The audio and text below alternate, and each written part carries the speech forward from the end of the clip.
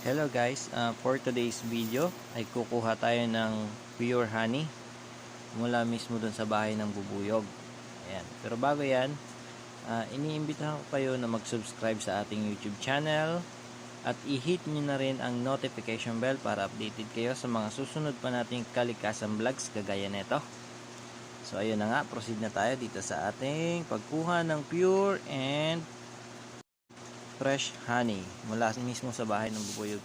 Okay guys, para tumabi yung bubuyog kasi hindi natin siya pwedeng basta-basta na lang kuhanin yung pinakang lagayan ng tinatawag dito sa amin na dugos o yung honey niya.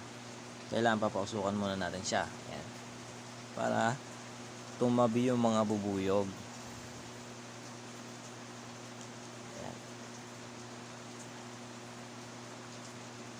Ito palang bahay ng bubuyog. Nakita to ng kapatid ko kanina na expert din sa mga ganyan-ganyan habang nag-iikot-ikot siya dito. So which very timely naman. Gusto ko talagang kuhanan ng video yung mga gantong mga gantong gawain, yung mga kalikasan kasi yun yung gusto nating i-content sa ating mga video. Ayan. Nakita niya yung bahay ng bubuyog dito sa ito ay puno ng anahaw na ginawang haligi pero pansin ko medyo na rin yung ilalim niya, parang halos empty na rin yung ilalim ng puno ng anahaw na to. Ayun na, nakikita ko na guys yung pinakang ang tawag dito yung parang kung saan nakalagay yung pulot ng bubuyog.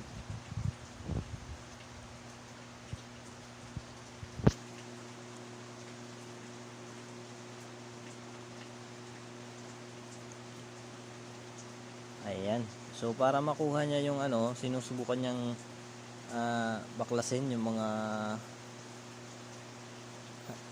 binabaklas niya yung balat ng puno ng para maidaan niya. Ayun na. Naidaan niya na nga. Ito na Wow. Ayun guys, meron pa meron pa sa loob Wow. Ayan.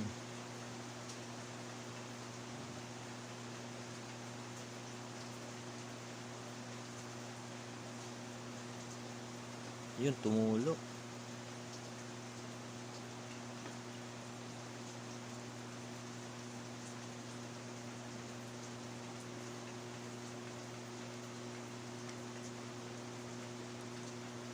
Ayan guys, kita nyo ba guys? Ayan. Yun. Ganyan yung itsura nung pure na honey talaga, mismong galing dun sa bahay ng bubuyog.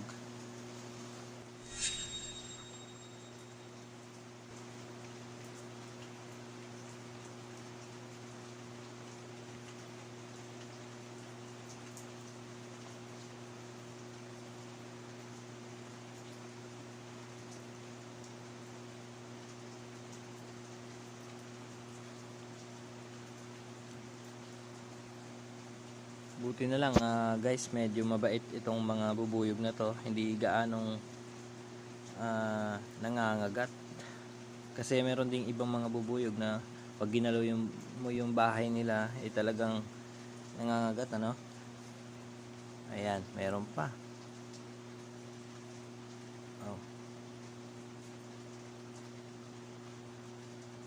Ayan.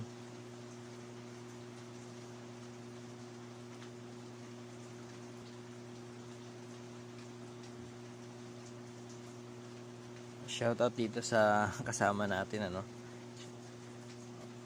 expert siya sa mga ganyan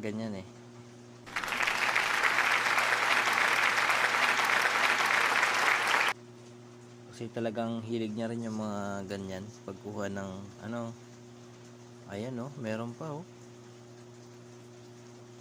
wow.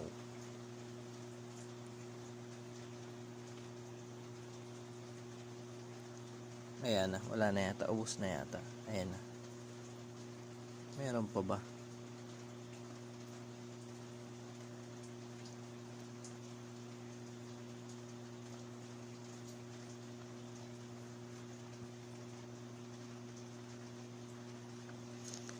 And guys, yung kulay puti sa ano, yan yung mayroong laman. Ah, yung mga nagbo-brown na yan, wala yan masyadong laman. Kasi mga itlog ng bubuyog yung laman yan eh.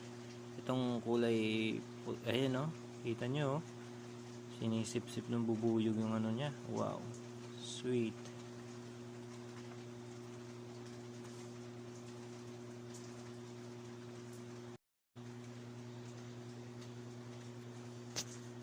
So ayan, wala na yata, naubos niya na yata, nakuha na.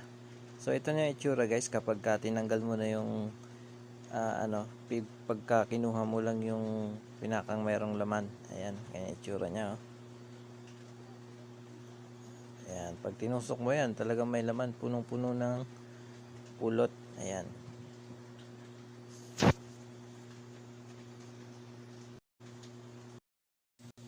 Ayan guys, syempre kailangan natin siyang tikman.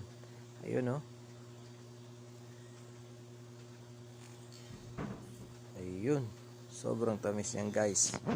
Promise. Makakalimutan nyo, hindi pa kayo naliligo. Ayan lang guys. Thank you for watching and don't forget to like and share our video.